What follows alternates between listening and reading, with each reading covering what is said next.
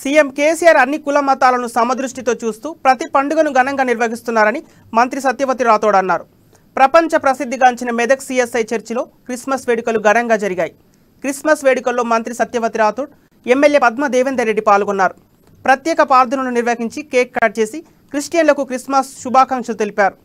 ప్రసిద్ధిగాంచిన మెదక్ చర్చిని సందర్శించడం, క్రిస్మస్ వేడుకల్లో పాల్గొనడం తన అదృష్టంగా భావిస్తున్నట్లు మంత్రి తెలిపారు. Merry Christmas, we wish you a Merry Christmas and a Happy Christmas.